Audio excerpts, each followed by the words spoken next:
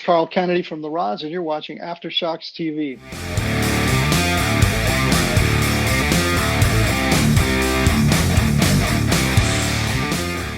All right, Aftershocks TV, we're back with another episode this week for our Vintage Standard series. And, of course, we've got our Vintage Standard experts here. Chris and Tom are joining me. What's going on, guys? Merry Christmas, Happy New Year. How you guys doing? Does vintage mean that we're old? That does mean you're old, yes. You nailed it. That's just, fucking old. I don't care. Whatever. Old, young, what's the difference, right? Yeah, but the reason that we are this age because we can talk about these great albums coming up. So give this to some young pup and he has no idea what we're talking about. So that's right, Tom. I agree 100%, man. Well, yeah, anyway, guys, so just before we kick this off, of course, when this comes out, I believe this first one here is going to come out this coming Monday, December 30th. And that, of course, marks the 2-year anniversary of the passing of our late brother, Bob Nalbandian. So, of course, in honor of Bob, we've selected a few of these vintage, records that were, near and dear to his heart. And then 2 bands, they're acronym titled bands here. So the first one we'll bring up, of course, if you know Bob, I know, this Eddie Trunk's been known, I know, be talking about this band. People, Eddie loves this band. Well, fuck Eddie, dude. Bob Nalbandian has been talking about this band for a long time. Of course, we're talking about the mighty UFO and the album Lights Out. This was the band's 6th LP. It came out in 1977. It was one of those records. I mean, it charted, it did get up to number 23 here in the U.S. So it is their biggest album in the U.S. But obviously, UFO is one of those bands that were definitely, I think, more appreciated overseas than they were here in the States. Speaking of that, Kerrang, listed this record as the number 28 out of 100 of the greatest all-time metal albums. So, yeah, just an album that's revered by critics, but I think a lot of times it does get lost, in the shuffle when it comes to classic metal. We take a classic metal, we take a Judas Priest, Iron Maiden, those bigger names, but I think Lights Out really is right up there, and we'll obviously start to get into that a little bit here. But, Tom, as I mentioned, like I said, much more influential in Europe, in the European metal circles than it was here in the States. What's your take on this album and its influence on you growing up? Yeah, I mean, well said in that. I mean, it's hard. I listened to it, you kind of do your homework or whatever. I listened to this over the last week and you kind of forget it's 1977. It's a fucking rocking album. Obviously, you got Ron Nevison production on this before he got all 80s, like Kiss Crazy Nights and Heart, and forgot there was a bassist in the studio.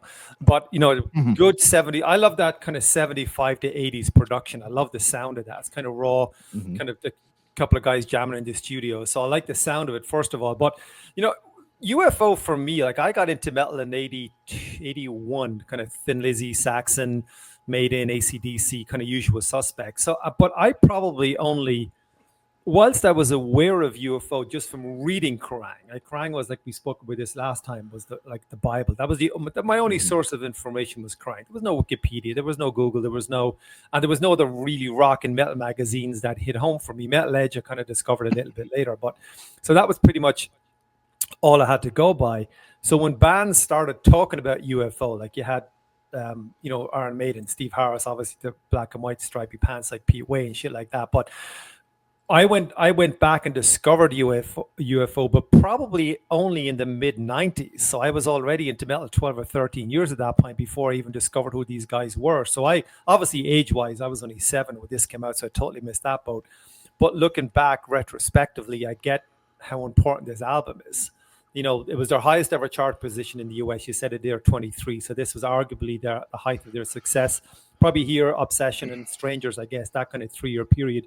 And then it just started to change with Schenker leaving and stuff. But I think when you look at the lineup on this, the classic lineup, obviously Phil Mogg and Schenker and Paul Raymond, whatever, I think it's, if anybody's watching this and they're hearing UFO and they say, well, where do I go back to? I'd probably go back to this and start going forward, because a couple before that were kind of shitty, no Heavy Pen, and not even that familiar with the one before that. But I think it's a remarkable album, but I think it's also a band similar to the next one we're going to talk about. They never quite got their dues. They never quite got there, despite the influence. Yeah, well said, Chris. I love this record too. I it's probably my only go-to. I'm not a huge UFO fan, but it's probably my only go-to UFO record. And I'm going to make this comparison, and people are going to be like, how here's some blasphemy that I'm going to do this. But if you go forward 15 years or 10 years or whatever it would be, I would compare this, not in sound, but in impact, to Extreme's Pornography. Now let me explain why. Yeah, because I know it doesn't make sense at surface level. And I'm not, and again, not saying, I think I see what you're getting at, but not saying sound for sound. Mm-hmm. What I'm saying is this record has two of UFO's biggest hits that are really not super reminiscent of most of their catalog, and certainly not reminiscent of this record at all. Mm-hmm. You know, I mean, you have 6 great songs, like really great songs, and then you have Too Hot to Handle and Lights Out, which again, not bad songs, but they were kind of the hits. They were like the easier to takes. They were the more than words of these records. And if you only heard those 2 songs, which is how a lot of people discovered this record, was they heard 1 or 2 or both of those songs. Then you bought this record, you were really in for a different experience when you listened to it, because it doesn't, the 2 songs don't fit, you know, and that's where I'm kind of going with the Extreme reference. Like, if you ever listen to that Pornography record, it's a damn heavy record. It is. That also had a couple of ballads that everybody knew. Yep. So, you know, it's a great record, though. I mean, Schenker obviously sounds fantastic, and you know, it's when they were still a cohesive unit before they started believing their own press, that, you know, before Pete Way started thinking that he was a front man, and you know, and obviously before Schenker's outward egotistical nature, you know, raised up and made him decide he could make his own UFO. So yeah, great record. I love it, though. It is by far my favorite UFO record. Yeah, Yeah, I no agree. doubt. Yeah, and you know, Tom brought up before about Pete Way. You know, you know, like you said, Steve Harris kind of looking like the Pete. Well, when I listen to Lights Out, man, I mean that chorus part, that's probably the first time you've ever heard that galloping bass in a song. You know, I mean, that's the first thing I think about when I hear that. Is like, that's got to be where Iron Maiden, you know, Steve Harris kind of was influenced with that, you know, galloping bass line that he used in, you know, pretty much every other Iron Maiden song that ever, you know, they've ever put out.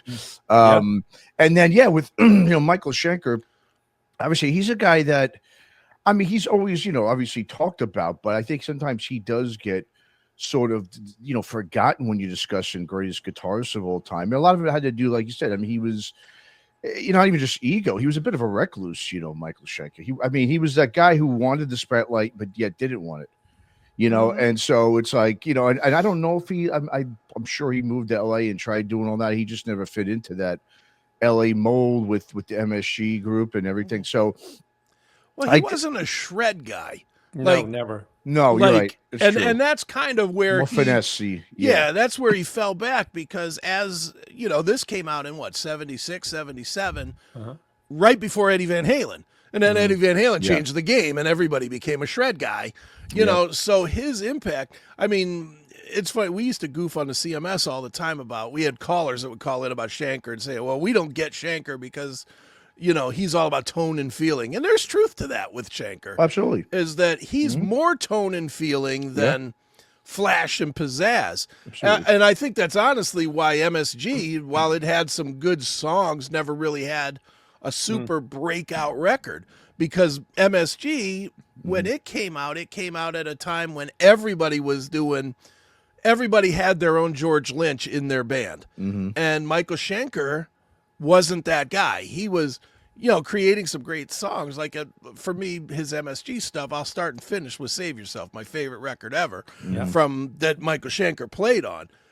But if you're looking for solo-y type stuff, you're not going to get that there. No. No. And I think that's what hampered him from being old school people like me, like Tom, look at Schenker, go, yeah, he's one of the top 10 guys ever.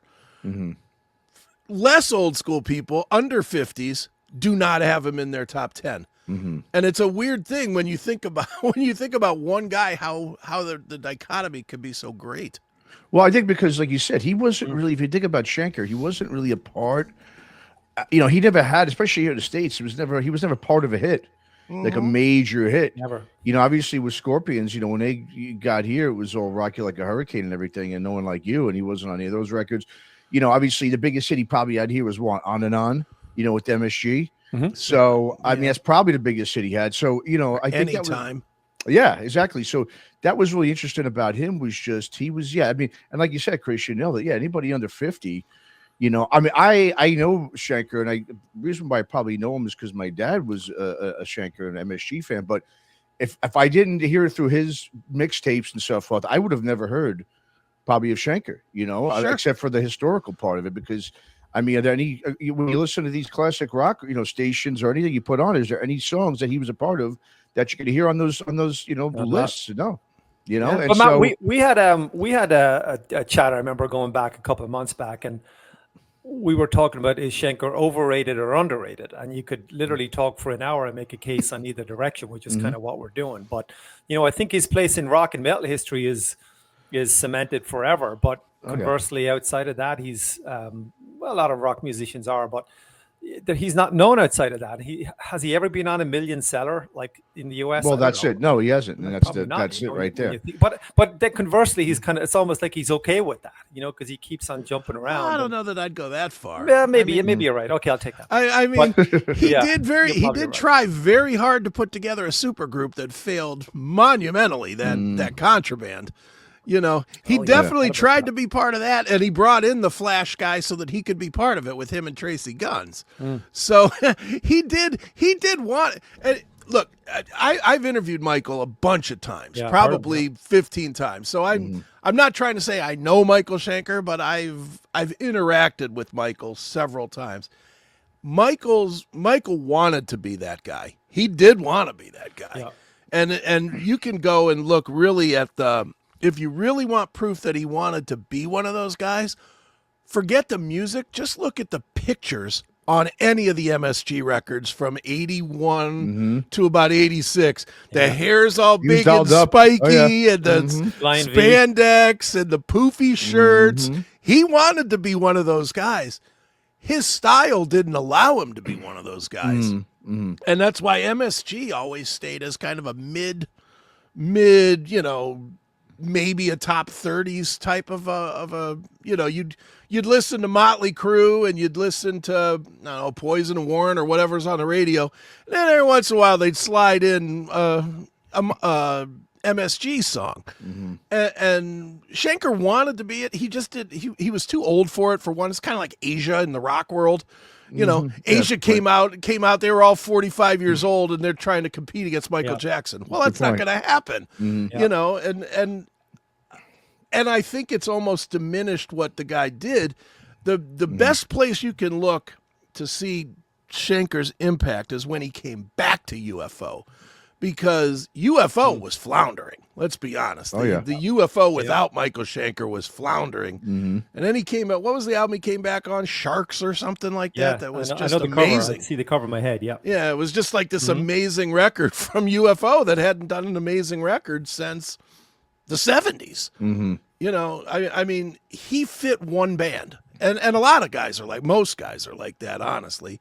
But he was so impactful to those fans of those 70s records that he could do no wrong. And unfortunately, it just didn't translate as people got older and the style changed a little bit. He didn't translate well, but as a guitarist, he's still one of those guys. Any of you see him live? Any of you guys see him live? I've seen him once. live. I just saw one time. I haven't.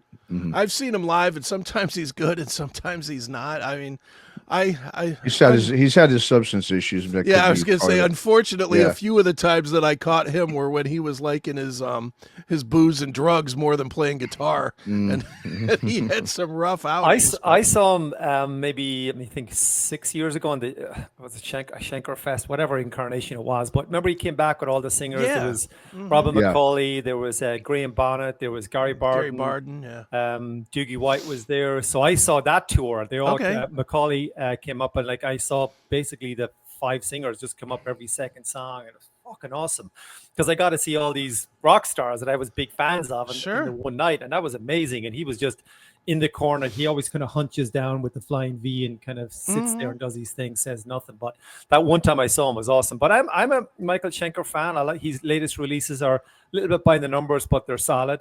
But I know we're going to go back to this in a second, but I think those first 4, is it 3 or 4 MSG albums, particularly Assault Attack, for me are just fucking rock royalty for me. I love it. Absolutely they're great. I mean, that's when he still had the UFO influence, especially Assault Attack.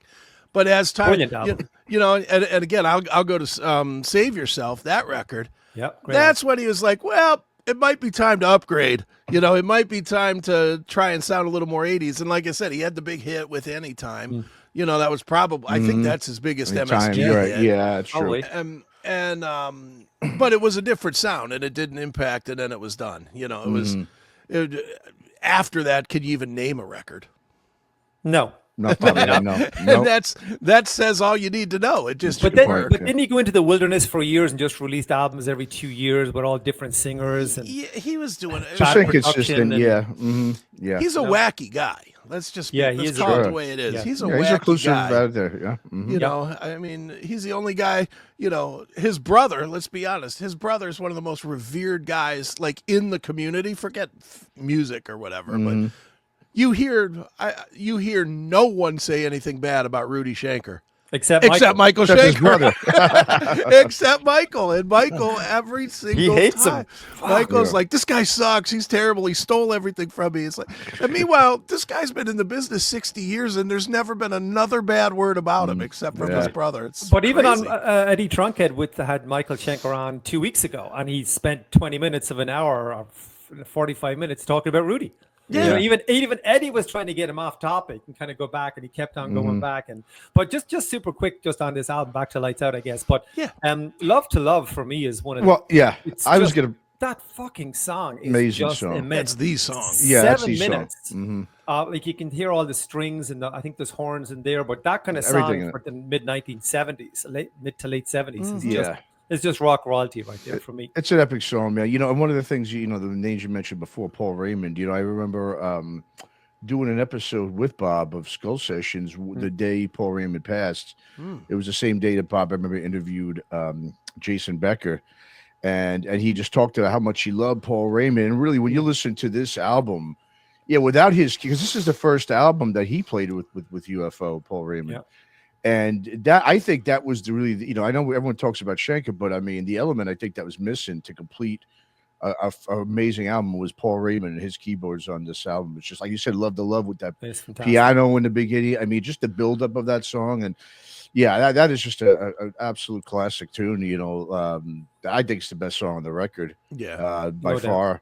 You know, did you hear the new version with Axl Rose singing it? You hear that? No, and I don't want to. You know, it's not terrible. Well, I'm sure it's not. Honestly, first of all, the album is pretty good. I don't really go because he just went back and recorded all the songs with different singers. I don't know. I normally stay away from those, and I just don't even they don't catch my attention. But I just put this on one day and I went, "Fuck, this is actually a pretty good album." I listened to it quite a lot. They got Joey Tempest is on, and he still rocks. And but Axl can't sing for shit. We've all seen the footage, but obviously it's doctored in the studio. But I don't care because it sounds good, and it's a pretty good version. It's there's a kind of emotional Axl's voice with the help of AI, obviously, and it's good.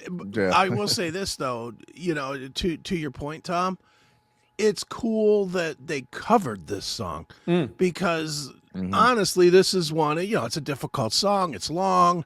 It's usually that kind of song that gets forgotten in the mix, and they would have mixed in some. That's right. You know, you would have had 4 guys doing Too Hot to Handle or something, or Doctor. You know, instead they mixed in Love to Love, which is a great call by them to actually do that. It's a good track. Yeah, absolutely. Yep.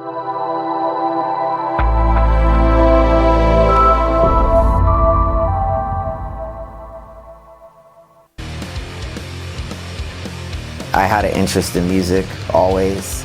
It's always kind of been around me some way, shape, or form.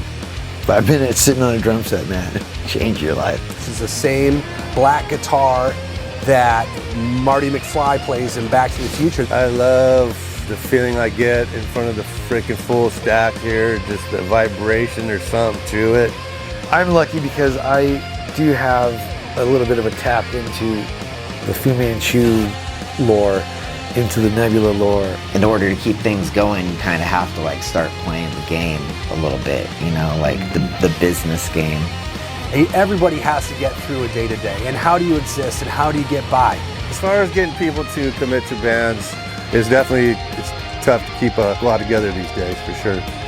Still sleeping on people's floor, that's still a reality. Probably also playing with some of the best people I've ever played with. The creative juices don't stop. It just keeps going. For me, it's just finding a balance of how much time I'm spending with my family versus how much time I'm spending working. It's this validation that what you're doing actually has merit. Obviously, we're a little long in the tooth, and we've been doing this for a minute, and now we can kind of do what we want. We don't need a record company. I'll do it myself. I'll do it the way I want to. Just always be cool. Just be respectful. Those are your people. They're connecting to you on some level, even if they don't look like you. It's got to happen, you know, or else I'll go crazy. Go crazy one way or another, you know. I might as well, you know, not go crazy if I can play music. Maybe one day I'll have a Porsche, but you know, until that day, I'll drive a Chevy. There you go. All right.